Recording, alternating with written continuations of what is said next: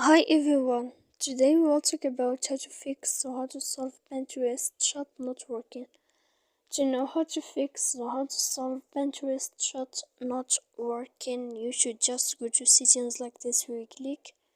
After that, in this page you will go to apps, default apps, app settings.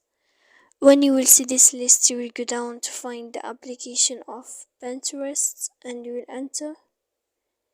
Then in this page here you will go to click for stop. When you will end this, you will enter to storage. After that, we click clear cache. Then you will go to click clear data.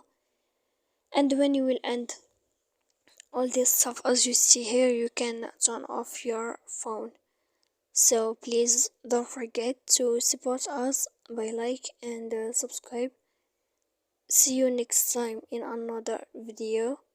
And thank you for watching.